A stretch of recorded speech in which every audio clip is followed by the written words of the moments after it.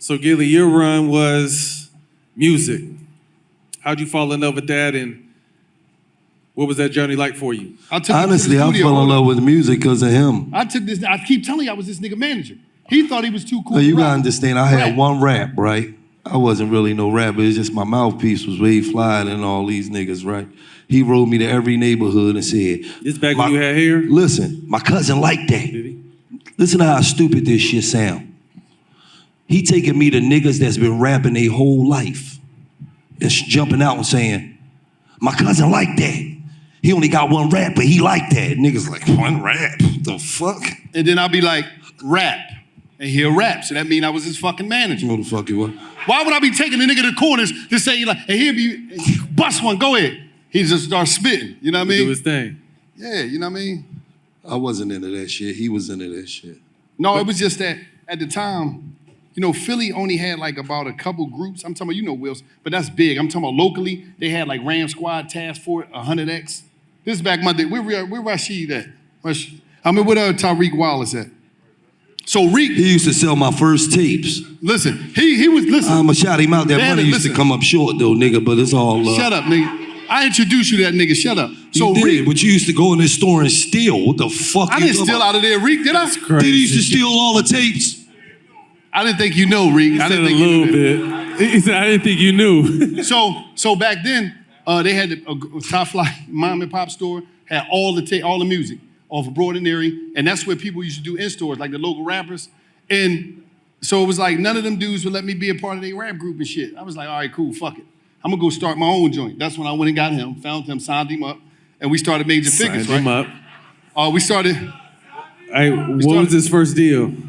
Huh? What was the splits on his first deal? He ain't get nothing. He ain't get nothing. It was just about, cause listen, he didn't believe, listen, this nigga did not believe that rap shit worked. I'm one of them dudes that be like, when I lock in this, I'm like, no, cuz, this 1995, I'm in Philly, I got a Rap Pages magazine, I'm like, this nigga right here, he that nigga, I'm showing him Master P, he like that nigga trash. I said, all right, this 95, I got the music, him and Dice Raw. They telling me, oh, man, fuck all of it. You listen to Dog, we jump in the fucking car. Throw this on cuz, this that nigga.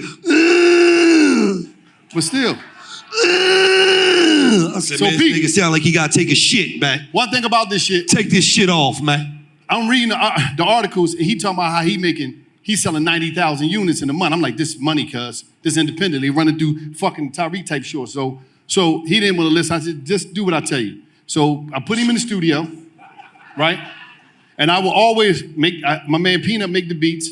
Bump was running around somewhere. Bump J, he was living down the block. I'm like, you know, I'm letting everybody know I got a new artist in my managing / on my label. And we started making. What was your label called? Huh? What was your label called? You Get Nothing Records. You ain't supposed to get nothing. I'm changing your life, nigga. Cause you ain't wanna rap anyway. So the whole time, this nigga wanna argue every day, man, this some nut shit, man, why we going to, I'm like, cuz, let's go to the studio. We going to the studio. I got the studio lined up, I got everything. You just gotta show up. You 5 blocks away from the fucking studio. So I gotta go to the crib, go get him, I'm taking him to the studio. He don't even know that he hot for like, I had the car. How he go get me, take me to Nigga, you was my driver plus my rapper. Fuck it. I wasn't driving at the time. All managers don't have a car. So, facts. Nigga, we was driving Cousin Nessie car, nigga. I was driving. So what? That wasn't all. You acting like that was your car. I nigga, was we was borrowing the car from Nessie. I had to know. Fuck out of here. I bought that whatever the case is. Basically. So I had to think about this. So we driving around, and then he never really realized that shit. So the whole time, we going hard. I said, come up with the name, Major Figures. Like, we got to get the logo done. I'm pushing it. Next thing you know, I get pinched. I get locked up. So I get That's locked why up. I never took him serious. I'm like, dog, you got like a year out here, bro. No, but listen. You know you getting booked. What are you doing? Because I'm going to tell you what happened. You got to go back home, man. When I pulled it, listen. Your girlfriend miss you. Man. Listen, when I pulled the joint up, but see, I'm the bigger guy. I will say a big man. When I pulled the joint off and they came and got us, Gil told them where I was at. He hiding under the car. That's how they got me. I went and did the bit though. I ain't say you know what I mean? I ain't tell nobody because I ain't want to mess up his rap image. Right. You know what I mean? But whatever the case is, I remember one time I called him from prison, right? And I was like, what's up, cuz? He was like, yo, cuz, this shit moving. I'm like, what you mean? He said, this figure shit moving, man. And so I got some pictures. I'm like, at that moment in jail, I realized, damn, we really can make some shit happen if we really stick to it in the hood. Like something outside, because niggas used to think, niggas always thought I was crazy. Wallo crazy, he be talking some dumb shit. I'm like, no, once I read something and lock it, I'm like, yo, we can do it. I'm sitting in the cell, so I'm like, damn, this shit popping. But it's popping on the local level. Hey, I'm seeing posters, I'm seeing people with jackets and sweatshirts and logos, MF on there. I'm like, damn, this shit popping. One day I come from the yard, right? I'm walking the yard, I'm in Dallas Penitentiary. And they had Sita. You remember the lady named Sita, the cartoon lady used to be on BT? BT, yeah. I come in from the yard, sit down, I'm like, damn, taking my sneaks off, and she playing. That video come on. Yeah, that's us. I'm like, I don't know what the fuck it is, because I'm in the mountains. I'm just like, I'm looking, I'm like, damn. I see that shit. I'm like, damn. The first thing I'm thinking, I gotta get me a lawyer, because I know I wasn't getting my management money because he was the fuck out there.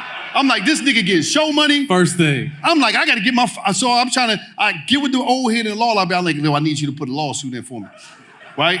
So he like, all right, I got you. I tell him what it was. He said, man, I don't know. I said, he said, what the contract? I said, it's nanny house. I don't know where it's at. I mean, but when I seen that shit hit me in my head, and I was like, oh, we really could go to the next level. Because there's some shit that was thought about in Nanny Basement in North Philly in the ghetto, and that shit took it to BET. And these dudes going around doing shows, they was like #1 on charts. I said, oh no, fuck that. I just started reading more. I'm calling home from jail. He telling me about all these niggas, cuz they blackballing me, this, that, and the third. I'm talking to him like, nigga, who the fuck you think you is? You tripping, nigga. You ain't that hot. Nigga, you's a local rapper, nigga. Fuck is you, that's how I'm talking to the nigga on the phone. Cause I don't understand impact cause I'm in the cell. So, what's so funny is that now we run into dudes that used to work for MTV, BET, Universal Records, and they be like, yeah, Gil, I remember when we got the call from Universal Records, they said, if MTV play any more of your shit, they not giving them no new music. I said, damn, nigga, you wasn't lying. Then we run into somebody from, I'm talking about right now, everything is revealing itself in this reveal era. You know, and it's like, niggas really blackballed. We bumped into one nigga, he said, yeah, Gillie was on the list. They told me that straight up. Well, like, why? Cuz, man. Why? Because #1, I didn't grow up no rapper. I ain't had cable TV. So I never seen no videos. So you gotta understand, when I'm meeting these niggas, I'm like, man, this nigga corny, man. Me and Wallo robbed the shit out this nigga, man. That's how I'm looking at these niggas. I wouldn't have done that. That's how I was looking at these niggas. Real talk. You talk about a young kid coming straight up. You gotta understand, bro. I started rapping. My 3rd song I ever did in my life, the 4th song I ever did in my life was #1 on the countdown on the radio. I wrote that. I had a bidding war between all the labels, and I had like 10 raps. Think about that. I had like 10 raps. Like literally the song that was #1, if you from Philly, you remember, you got love for Gillie, let's be for real, bro. I went to the studio, I didn't even know how to fucking do a song. I was like, what y'all want me to rap about? Nigga like, shout out to Marcus Graham. He said, make a song about what you got love for and what you don't got love for. I was like, all right, that's easy, shit.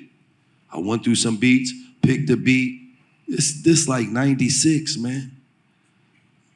And went right in. I got love for thug niggas and thug misses. Marijuana smoke, mo poppers and dime sippers. Drug dealers, credit card counterfeiters. Niggas locked up and all of my broke niggas. I got love for wild parties and wild bodies. Sweaters by Armani, killers like John Gotti. Bad women in short dresses with huge breasts. The buggy-eye Benz with the triple head. All right, man, that's enough. That shit I'm corny talking now. that shit. That's enough. I'm talking that shit, nigga. Yeah. Yes, sir. It's a nut ass nigga. Yes, sir. Nut ass nigga. Yeah.